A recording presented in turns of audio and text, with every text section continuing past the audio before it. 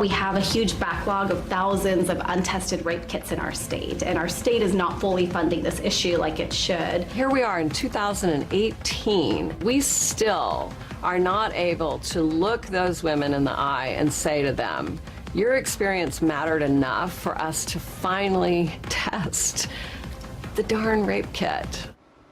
The Me Too movement has gained global attention, bringing awareness to the prevalence of sexual assault and increasing demands for accountability.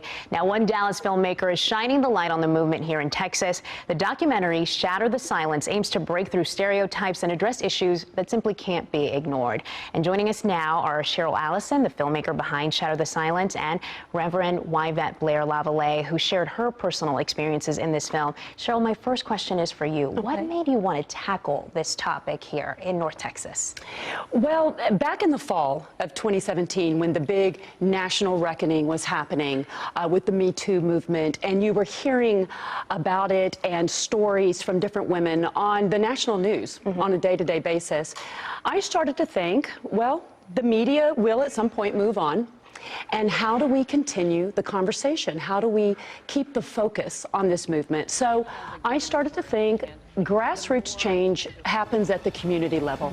So I turned my eye as a filmmaker to my hometown of Dallas. And I thought, what are the men and women saying about this issue? Are there initiatives taking place to address it? And I started filming a year and a half ago. And it's interesting you say men and women, because in this film, we're going to hear from politicians like Wendy Davis. We're going to hear from men and women. Exactly. And what can the everyday American do to help?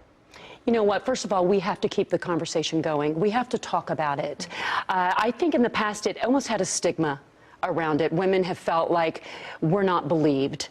And we have to defend why we are made to feel a certain way. And I think that starting the conversation has been very helpful. And here in the communities, our churches, our schools talking about it, Reverend Yvette Blair Lavallee telling her story. And we have to have men allies.